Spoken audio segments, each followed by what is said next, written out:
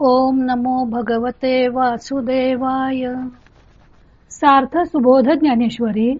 लेखन आणि वाचन सौ मनीषा भास्कर अभ्यंकर, महाराष्ट्र, मिरज 416410. अध्याय 6. ध्यानयोग. 6व्या अध्यायाचे महत्व. ओव्या आहेत 9 ते 12. ज्ञानदेवांनी 6व्या अध्यायाची सुरुवात संजय व धृतराष्ट्र यांच्या संवादाने केली. त्यात श्रीकृष्णांचे प्रतिपादन उत्कृष्ट असल्यामुळं संजयाला कसा आनंद झाला व धृतराष्ट्राला कशी त्या प्रतिपादनाची किंमत नव्हती हे ज्ञानदेवांनी सांगितलं व धृतराष्ट्राचा स्वभावही चित्रित केला. आता ज्ञानदेव 6व्या अध्यायाचे महत्व सांगत आहेत.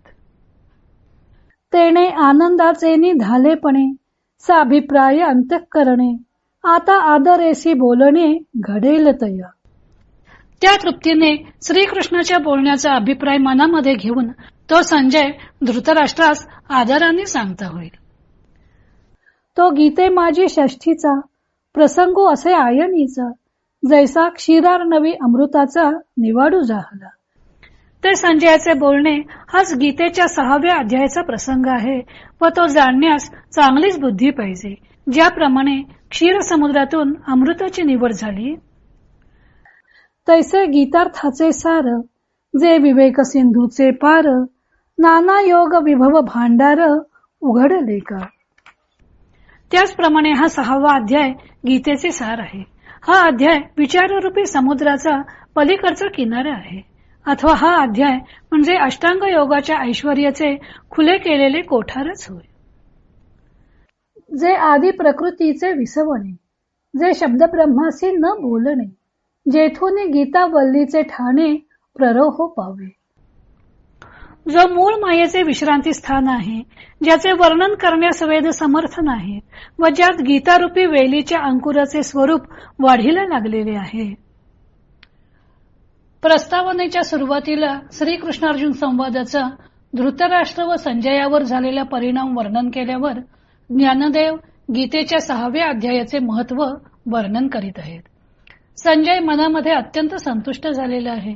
त्यामुळे धृतराष्ट्राला जरी या संवादात रस नसून केवळ रणांगणावरील वृत्तांत ऐकायचा आहे तरी सुद्धा संजय त्याला आदराने श्रीकृष्णांच्या बोलण्यातला मथितार्थ सांगत आहे असे ज्ञानदेवाने वर्णन केलेलं आहे. आज न उद्या कधीतरी त्याच्यावर श्रीकृष्ण वाणीचा प्रभाव पडेल अशी आशा कदाचित संजयाला वाटत असावी.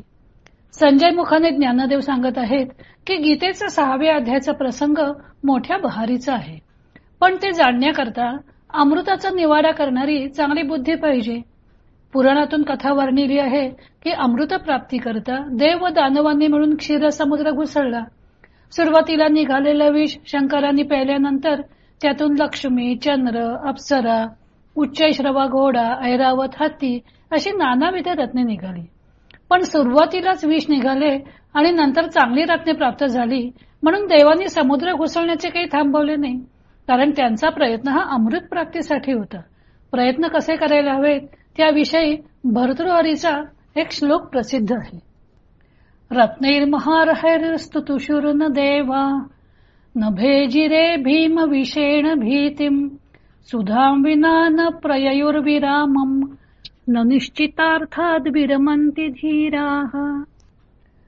अतिशय मूल्यवान रत्नांनी देव संतुष्ट झाले नाहीत किंवा भयंकर विषाने ते घाबरलेही नाहीत व अमृत प्राप्तीशिवाय ते थांबले नाहीत, कारण इष्टार्थ प्राप्त झाल्याशिवाय धैर्यवान लोक कधीच थांबत नाहीत. सुरुवातीलाच विष प्राप्त झालं म्हणून देवांनी प्रयत्न करायचे थांबवले का, तर नाही, ते समुद्र घुसळतच राहिले. प्रथम प्राप्त झालेले विष सहन केले.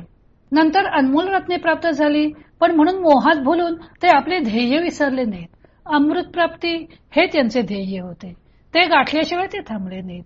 ज्ञानदेवांना या तुलनेतून सुचवायचे आहे की योगमार्गाचा अभ्यास करताना सुरुवातीला विषसदृश कठीण परिस्थिती निर्माण झाली तरी ती योग्याने सहन केली पाहिजे व नंतर वृद्धिसिद्धी प्राप्त झाल्या म्हणून त्यांना भुलून आपले प्रयत्न मध्येच सोडता कामा नयेत.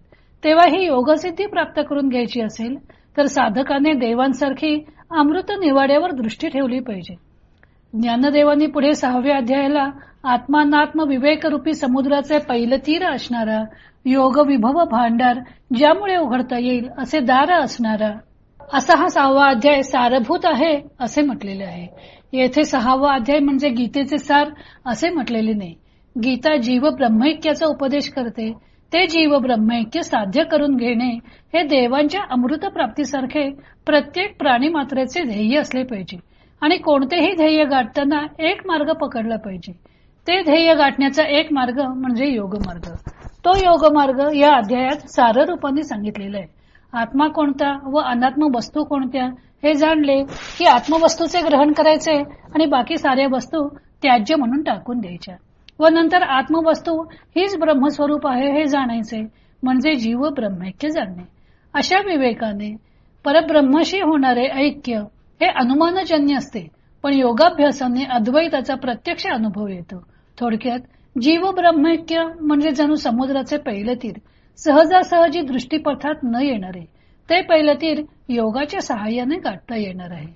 पुढच्या ओवीत ज्ञानदेव परब्रह्माचे वर्णन करताना म्हणतात की ते परब्रह्म आदी प्रकृतीचे विसवणे म्हणजे विश्रांतीचे स्थान आहे. ते शब्द ब्रह्माचे न बोलणे आहे व तेथून गीतारूपी वेल अंकुरते. आदी प्रकृतीचे विसवणे. आदी प्रकृती म्हणजे मूळ माया म्हणजेच अहम ब्रह्मास्मी हे स्फुरण. हे स्फुरण ही जाणीव झाली की जीवाला सर्व नामरूपात्मक सृष्टी प्रकट झालेली दिसते. हे स्फुरण नसते तेव्हा परब्रह्म जाणीवरहित निर्विकल्प असते. म्हणून ते आदी प्रकृतीचा, मूळ मायेचा, अहम ब्रह्मास्मी या स्फुरणाचा विसावा आहे असं ज्ञानदेव म्हणतात. शब्द ब्रह्माचे न बोलणे. ते परब्रह्म शब्द ब्रह्माचे न बोलणे आहे. शब्द ब्रह्म म्हणजे वेद. वेद या परब्रह्माचे ते असे आहे अशा अस्थिभावाने किंवा अन्वय पद्धतीने वर्णन करू शकत नाही. फक्त न इति ते असं नाही अशा नास्ती भावाने म्हणजे व्यतिरेकाने वर्णन करतात. परब्रह्म कसे आहे ते वेदाला शब्दात सांगता येत नाही, म्हणून शब्द ब्रह्माचे न बोलणे असे म्हटलेले आहे. गीतावल्लीचे ठाणे प्ररोह पावे. प्ररोह म्हणजे व्यक्त दशेला येणे, अंकुरणे. अंकुरण्याआधी बीजरूप स्थिती असते. गीतारूपी वेळ परब्रह्मामध्ये बीजरूपाने आहे असे ज्ञानदेव म्हणतात. गीता श्रीकृष्णांनी सांगितली म्हणजे खरं तर गीता बीजरूपाने श्रीकृष्णांच्या मध्ये होतीच. म्हणजे श्रीकृष्ण हे परब्रह्म स्वरूप आहेत असा मतितार्थ यातून निघतो. ते अवतार घेतात, ते मायेला आपल्या अधीन ठेवून, त्यामुळे त्यांनी अवतार घेतला तरी ते ब्रह्मरूपच असतात. अशा जीव ब्रह्मैक्याची स्थिती प्राप्त करून देणाऱ्या योग मार्गाचे वर्णन या अध्यायात आले आहे असे संजय धृतराष्ट्राला सांगत आहे. पुढे ज्ञानदेव आपण या ग्रंथाची रचना कशी करणार आहोत, आपली शब्दयोजना कशी असणार आहे ते सांगणार आहेत.